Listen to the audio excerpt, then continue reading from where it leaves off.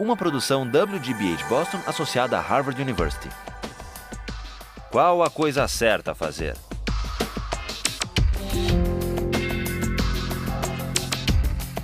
Justice, com Michael Sandel. Uma lição em mentir. Last time we began by trying to navigate our way through Kant's moral theory. Now, fully to make sense of Kant's moral theory in the groundwork requires that we be able to answer three questions. How can duty and autonomy go together? What's the great dignity in answering to duty? It would seem that these two ideas are opposed, duty and autonomy. What's Kant's answer to that? Need someone here to speak up on Kant's behalf. Does he have an answer?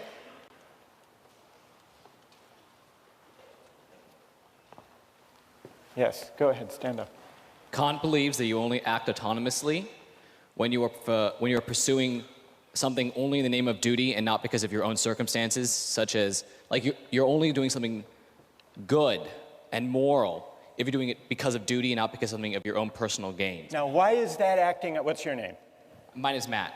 Matt, why is that acting out of freedom? I hear what you're saying about duty. You choose to accept those moral laws in yourself, and they're not brought on from outside onto you. Okay, good.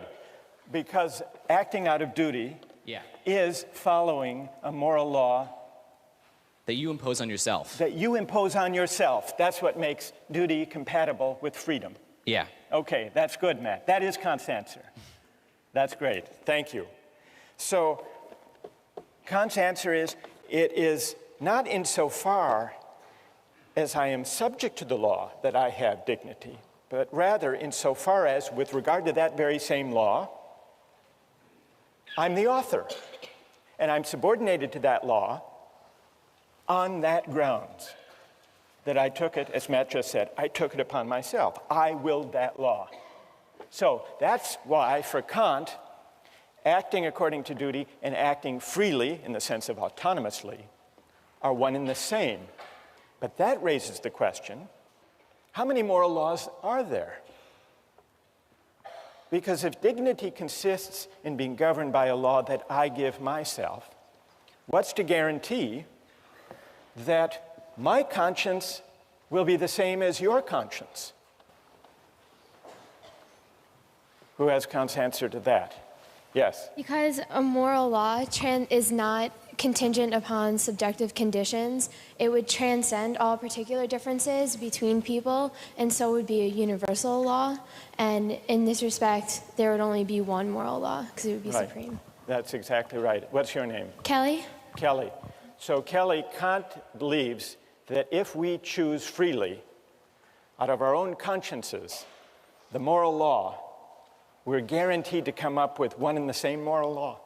Yes. And that's because when I choose, it's not me, Michael Sandel, choosing. It's not you, Kelly, choosing for yourself. What is it exactly? Who's doing the choosing? Who's the subject? Who's the agent who's doing the choosing? Reason. Well, reason. Pure reason. Pure reason. And what you mean by pure reason is what exactly? Well, pure reason is, like we were saying before, not subject to any external conditions that may be imposed on it. Good. So. That's great. So the reason that does the willing, the reason that governs my will when I will the moral law, is the same reason that operates when you choose the moral law for yourself. Yes. And that's why it's possible to act autonomously, to choose for myself, for each of us to choose for ourselves as beings, and for all of us to wind up willing the same moral law, the categorical imperative. But then there is one big and very difficult question left. Even if you accept everything that Matt and Kelly have said so far, how is a categorical imperative possible? How is morality possible? To answer that question, Kant says we need to make a distinction. We need to make a distinction between two standpoints from which we can make sense of our experience. Let me try to explain what he means by these two standpoints. As an object of experience, I belong to the sensible world. There, my actions are determined by the laws of nature and by the regularities of cause and effect. But as a subject of experience, I inhabit an intelligible world. Here, being independent of the laws of nature, I am capable of autonomy, capable of acting according to a law I give myself. Now, Kant says that only from this second standpoint can I regard myself as free. For to be independent of determination by causes in the sensible world is to be free. If I were wholly an empirical being, as the utilitarians assume, if I were a being wholly and only subject to the deliverances of my senses, to pain and pleasure and hunger and thirst and appetite, if that's all there were to humanity, we wouldn't be capable of freedom, Kant reasons. Because in that case, every exercise of will would be conditioned by the desire for some object.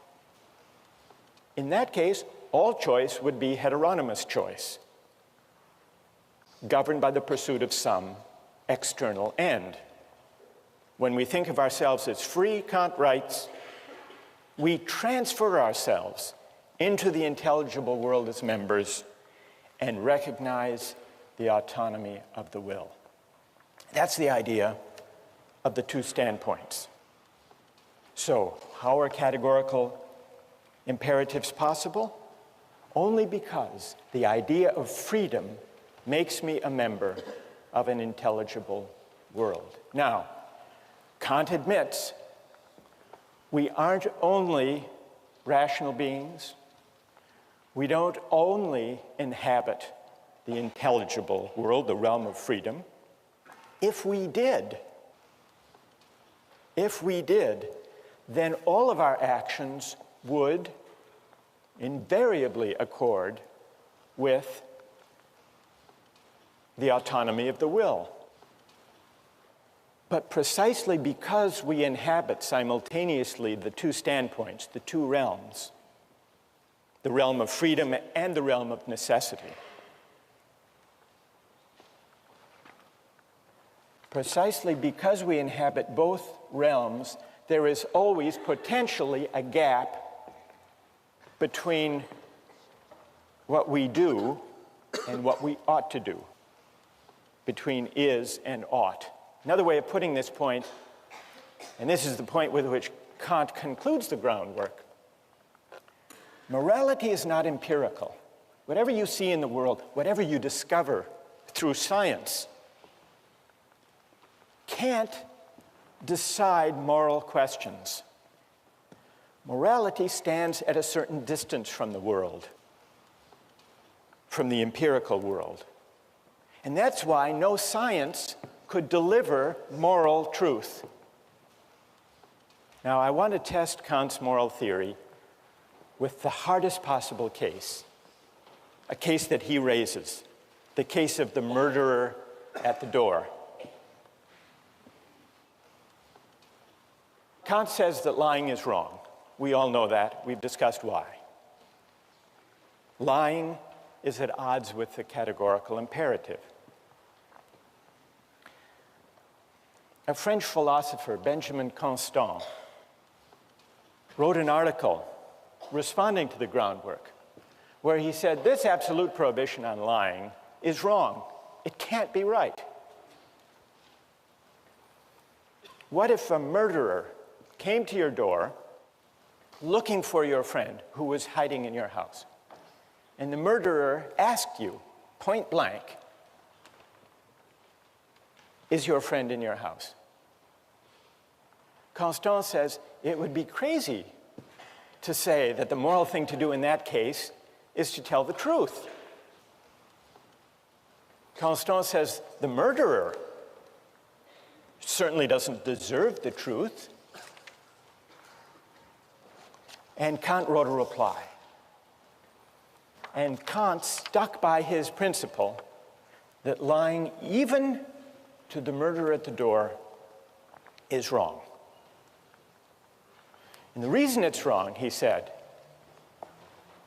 is once you start taking consequences into account to carve out exceptions to the categorical imperative, you've given up the whole moral framework. You've become a consequentialist, or maybe a rule utilitarian. But most of you, and most of Kant's readers, think there's something odd and implausible about this answer. I would like to try to defend Kant on this point, and then I want to see whether you think that my defense is plausible. And I would want to defend him within the spirit of his own account of morality. Imagine that someone comes to your door. You were asked the question by this murderer. You're hiding your friend. Is there a way that you could avoid telling a lie without selling out your friend? Does anyone have an idea of how you might be able to do that? Yes, stand up. I was just going to say, if I were to let my friend in my house to hide in the first place, I'd probably make a plan with them. So I'd be like, hey, I'll tell the murderer you're here, but escape. And that's one of the options mentioned. So. But I'm not sure that's a Kantian option. You're still lying, though. No, because he's in the house, but he won't be. Oh, I see. All right, good enough. One more try. If you just say you don't know where he is because he might not be locked in the closet, he might have left the closet, you have no clue where he could be. So you would say, I don't know, which wouldn't actually be a lie because you weren't at that very moment looking in the closet. Exactly. So it would be, strictly speaking, true. Yes. And yet possibly deceiving, misleading. But still true. What's your name? John. John. All right, John has, now John may be onto something. John, you're really offering us the option of a clever evasion that is, strictly speaking, true. This raises the question whether there is a moral difference between an outright lie and a misleading truth. From Kant's point of view, there actually is a world of difference between a lie and a misleading truth.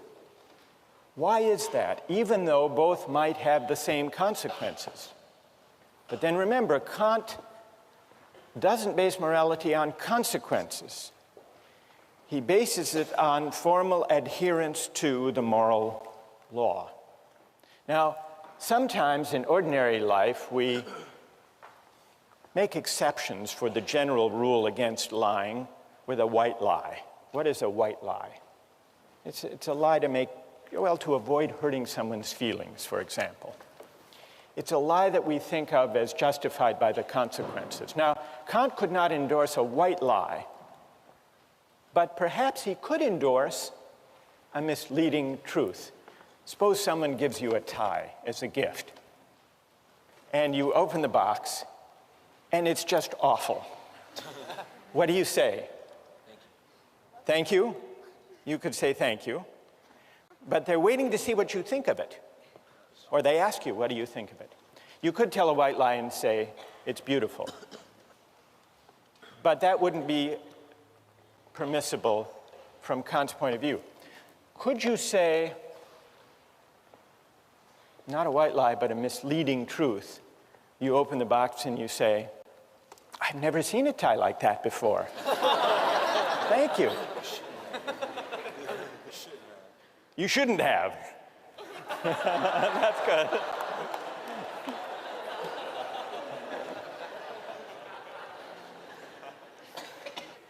Can you think of a contemporary political leader who engaged? You can? Who are you thinking of?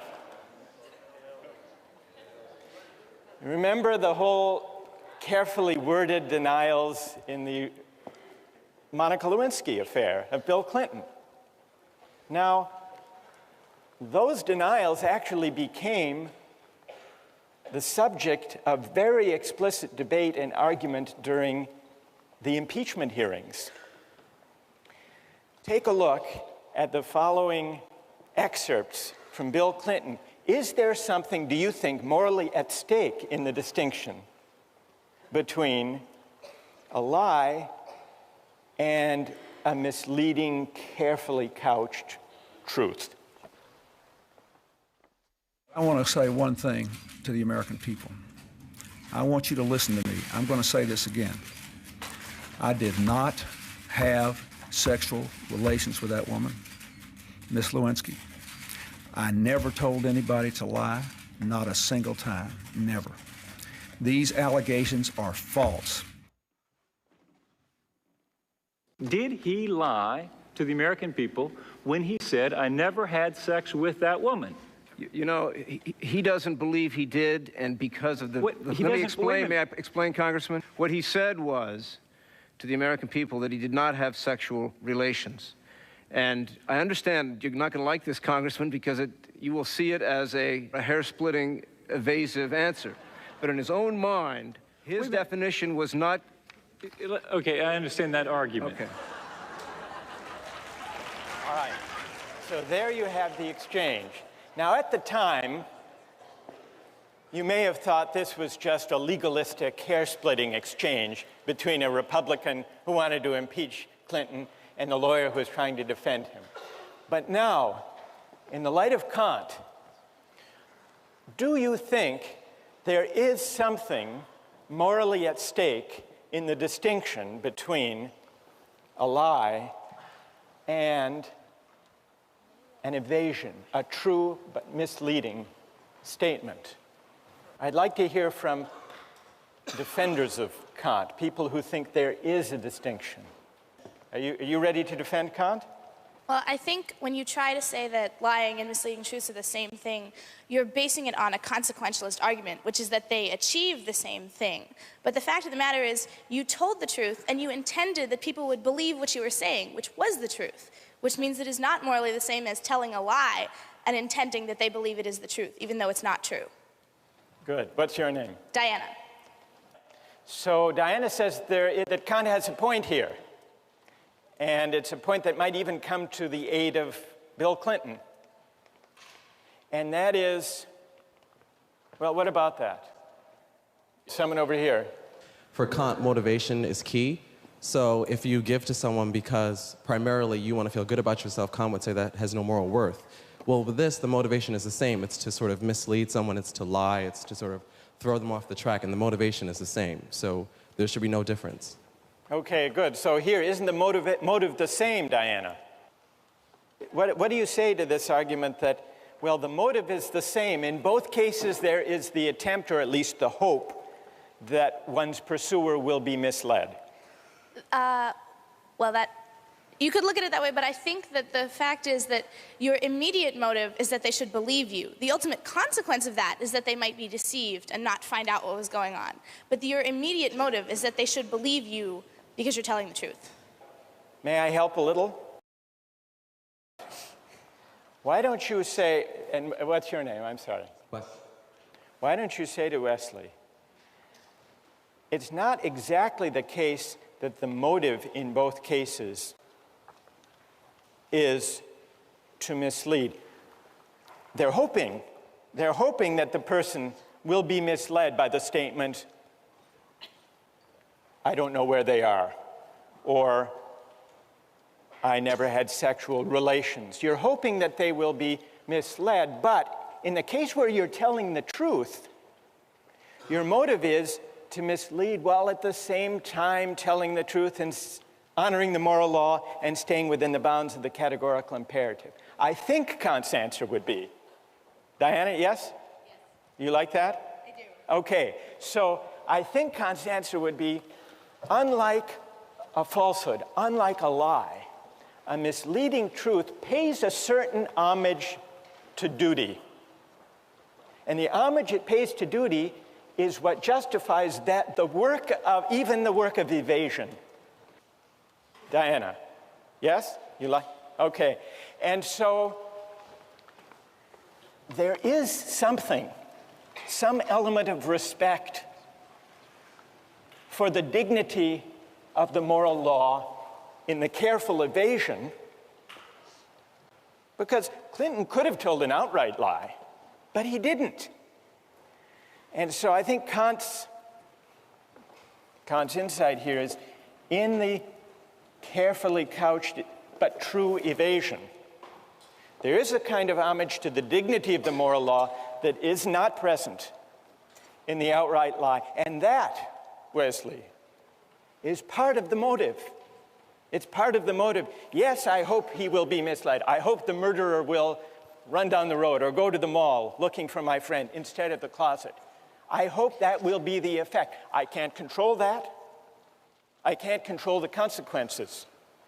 But what I can control is standing by and honoring, however I pursue the ends I hope will unfold, to do so in a way that is consistent with respect for the moral law.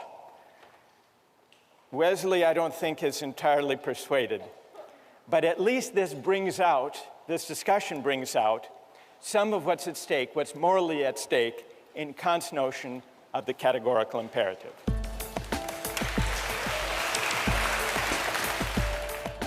As long as any effort is involved, I would say that the contract is valid and it should take effect. But why? What morally can you point to? For example, two people agree to be married, and one suddenly calls the other in 2 minutes say, "I changed my mind." Does the contract have obligation on both sides? Well, I'm tempted to say no. Fine.